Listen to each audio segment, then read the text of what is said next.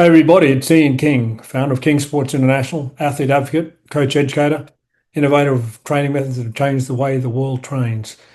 In this video, we're going to be looking at the story behind the theory. And these are the theories that are contained in the Legacy Second Edition, Volume 1, 2, and 3. During the last 45 years, I've had a lot of opportunities to gain experiences, and these experiences have shaped my conclusions about how to train and develop theories. And this is what this series is all about. So let's get stuck into it. Theory number 9, holism and the bigger picture. When I began publishing more prolifically in the late 90s, I was constantly referring to the bigger picture. And what I was talking about was a very holistic approach, because we have a habit in the Western world to break the body into parts and say, you look after this part and you look after that part. And that might have its benefits, but at the end of the day, somebody needs to tie it together. And I see that as a very important job for anybody who cares about the outcome for an athlete.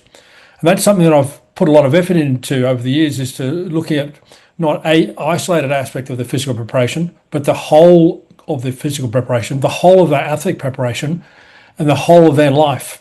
So we're going to look at some of the quotes that I've published to demonstrate what I'm talking about. This first quote is from 1999, when I wrote, "What I believe is the most important and powerful information is taking the bigger picture into account and proceed down the ladder of importance." Further on in 99, I said, if you accept this theory and you realise that the strength conditioning coach is a small part in the bigger picture of the athlete's career. In 2005, I wrote, training a person from this holistic approach is more optimal and effective than training the body in isolation. Back in 2000, during an interview with TMAG, the question was asked, many TMAG readers are surprised when they read your newsletter and website and find that it's not all about weight training.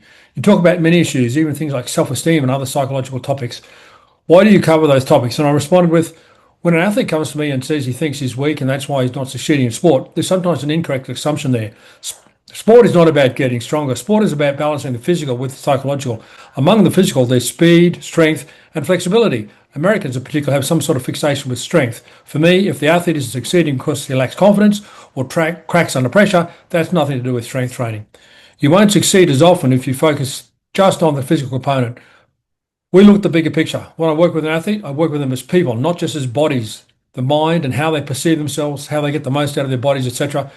It all starts with the mind. And that was something I said in 2000, that's 26 years ago. Moving forward to a more recent statement, in 2018, I published a more holistic approach to physical, athletic and human preparation is needed than what is on offer in the dominant contemporary models.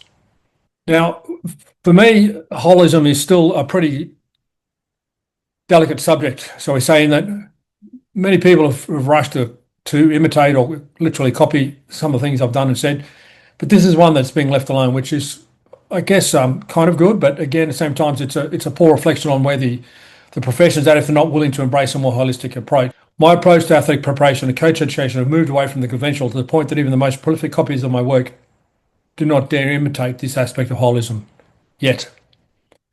So I'm sure at some point in time there'll be a tipping point, holism become popular, and then people will be jumping on the bandwagon. But it's something I'll be talking about now for, been published well over, say, 30 years. And it's a very important part of what we do. For me, being a role model to the athlete is really important. And I want the athlete to have more in life than their sport ultimately, because they will leave their sport at some point in time. And it's important for us to be a role model to them, to let them know that there is a bigger picture to life. There is more to life than sets and reps. There's more to life than stuffing that inflated piece of leather through a hoop. Obviously, we want them to be as great as they're willing to be, but we still want them to have a fulfilled life after they retire.